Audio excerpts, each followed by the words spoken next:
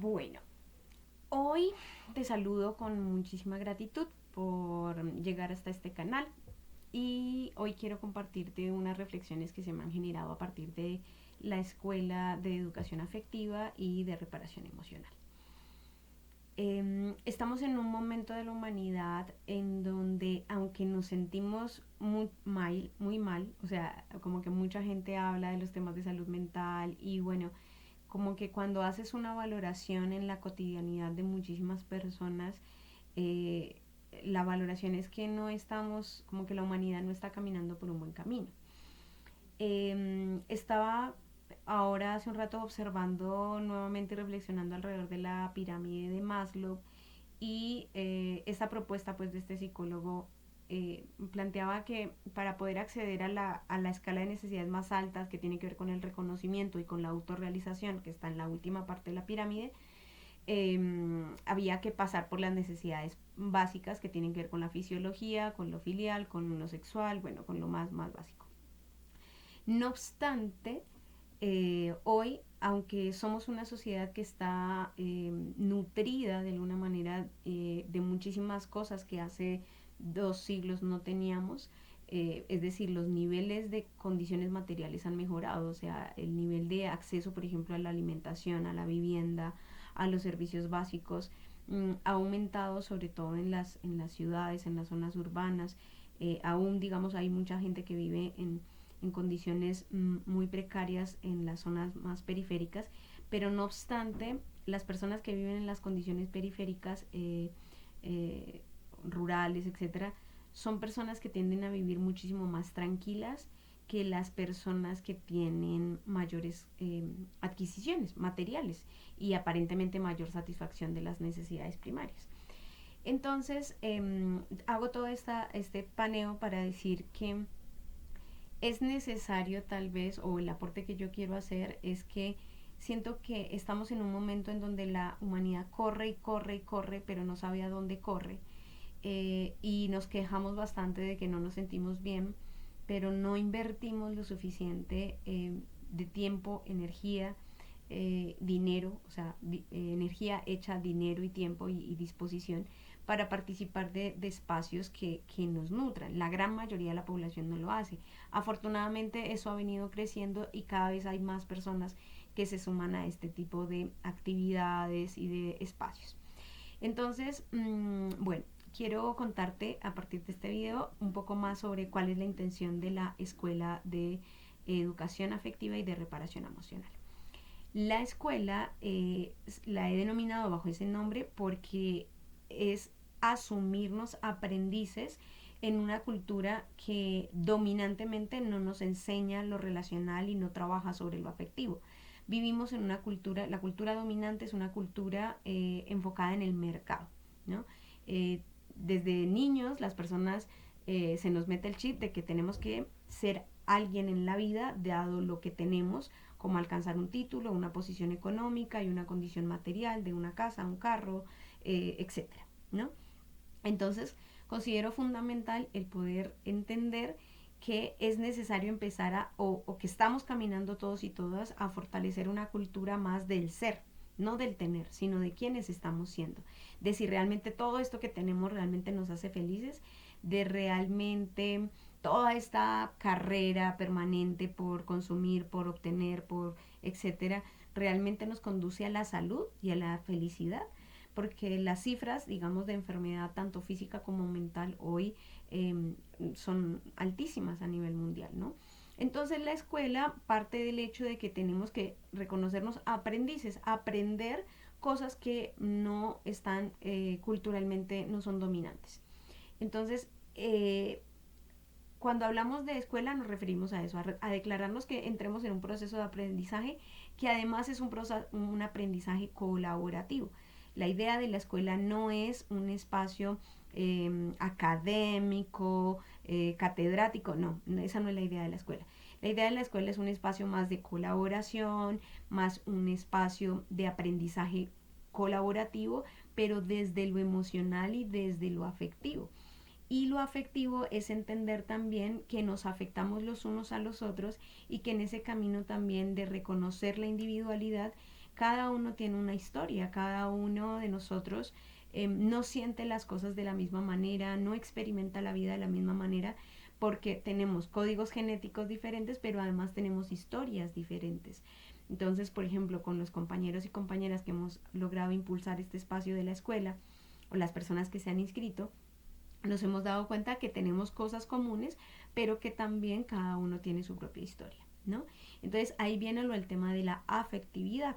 Este concepto lo aprendí o lo reconozco mucho del maestro Rolando Toro, el precursor, creador del sistema de biodanza, y él hablaba de que la afectividad no significa solamente el tema de lo afecto, de lo emocional, sí, o sea, el afecto, sino entender que cómo nos afectamos desde los vínculos, nos estamos afectando permanentemente. Hay una afectación, o sea, tener la presencia de otra persona al lado me afecta. Ahora la pregunta es cómo me afecta. ¿Me afecta positivamente o negativamente?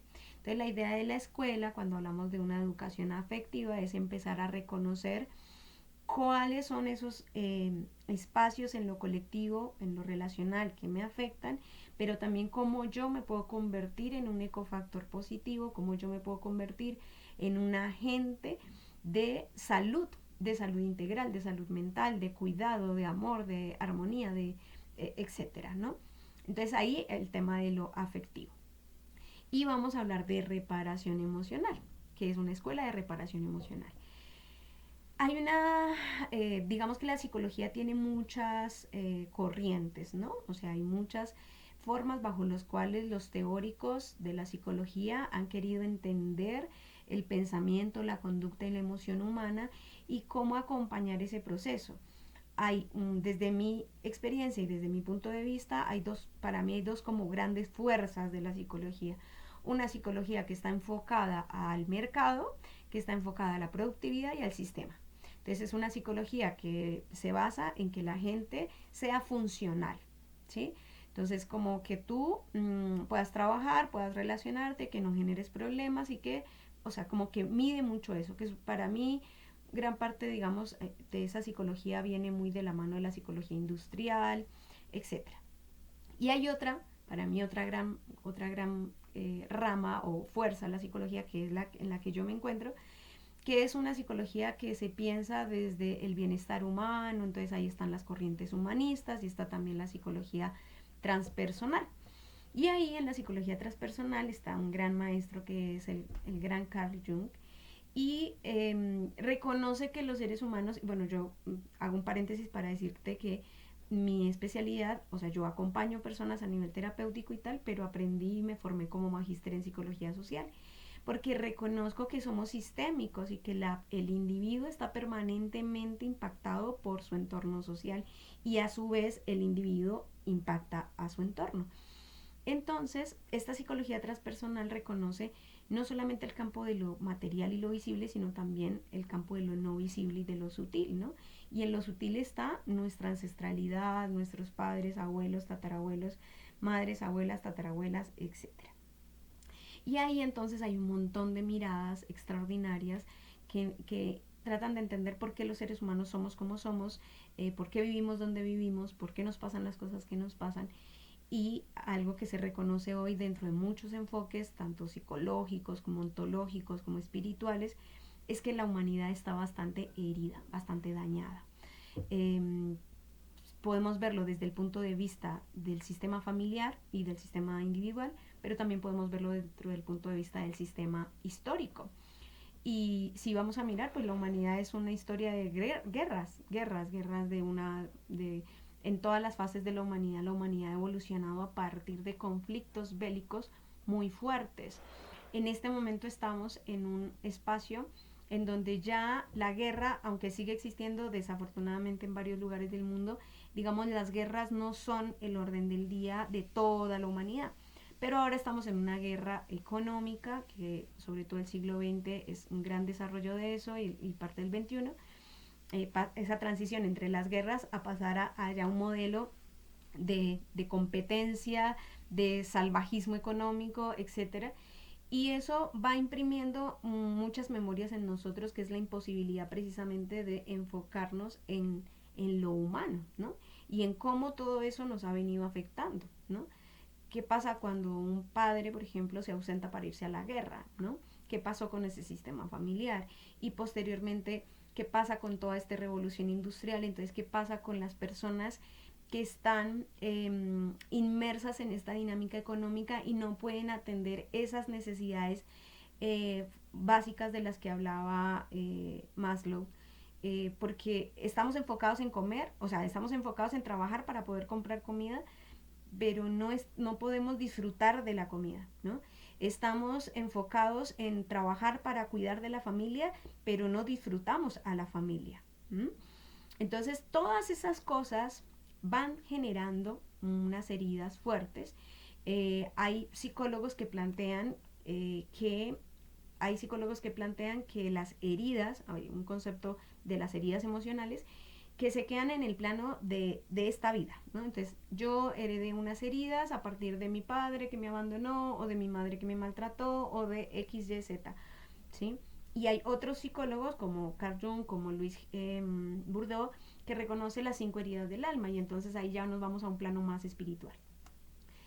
Independientemente de entrar en el debate o no, de lo material o no, de lo conductista, raso o no, el punto es que la humanidad tiene muchas heridas y que esas heridas nos están imposibilitando en muchos momentos construir espacios mucho más armónicos. Eh, eh, soy de la idea, soy de la idea de que vivimos en un espacio de supervivencia. Hemos aprendido a sobrevivir más que a vivir y a disfrutar de esta existencia. Y los patrones y los mandatos del sistema, como este de estudia para ser alguien en la vida, eso quiere decir que no eres nadie, ¿no? Eso es el paradigma que todavía se sostiene, que es muy absurdo. Y es que si yo ya nací, ya soy alguien en el mundo, ¿no? Entonces, esos patrones nos van imprimiendo una sensación de no pertenecer, de no ser amados, de no ser vistos, de no ser validados, y nos va generando mucho dolor. Y en ese camino hemos aprendido, ahí nos vamos al plano ya de la ser y del tener y de lo conductual, hemos aprendido unos mecanismos de relación desde el control, sobre una base que es el miedo, el temor. El temor a no ser aceptados, el temor a no ser queridos, el temor a sentirnos excluidos. Y entonces las funciones bajo las cuales nos desarrollamos no parten de la vida, parten del temor, parten de la muerte. O sea, mi miedo a que no me quieran, entonces esa es una energía muy tánatos, muy de muerte. Es diferente cuando yo me siento amado y me siento bendecido desde el momento en el que nazco y me siento aceptado, y desde ahí puedo decir, wow, quiero salir a experimentar la vida. ¿Y qué es esto? ¿Qué es la vida? ¿No? Entonces, bueno, esto es una introducción muy, muy, muy, muy por encima de este gran mundo de lo afectivo y de lo emocional, que si se dan cuenta las dos cosas están relacionadas. Y entonces hay que reconocer que en el plano en donde todo eso se va alojando es en el plano de lo emotivo, de lo emocional. Y es maravilloso porque la parte emotiva es la parte que está más conectada con la punta de la pirámide, que tiene que ver con la autorrealización, ¿no? Y es cuando yo logro conectar con algo muy profundo de mí, que me hace feliz y que me hace trascender, y ahí logro la autorrealización. Pero da la casualidad que si yo estoy acallado permanentemente en mis emociones, si yo no sé cómo gestionar y convertir mi rabia en potencia, si yo no sé cómo conseguir convertir mi frustración en resiliencia, cómo convertir mi alegría en proyectos, ideas y en sueños, sino que permanentemente estoy desde la sobrevivencia, entonces cada vez voy pareciendo más un robot, ¿sí? Pero como no somos robots, aunque la inteligencia artificial quiera venir a desarrollar mucho esa idea, ¿no? De que todo está bien porque la inteligencia todo lo puede resolver.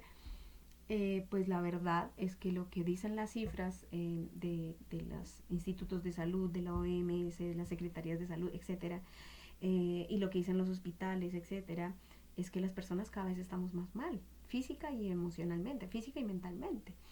Y es precisamente desde mi perspectiva, es por eso, porque no estamos permitiendo esta vida emocional y esta vida de alguna manera espiritual, entendiendo lo espiritual no como algo religioso, sino como sentir que hay algo más adentro de mí que me hace que le da sentido a mi vida, ¿no? Es algo que yo pueda pasar por la vida sintiendo que mi vida tiene un valor desde mi identidad, ¿no?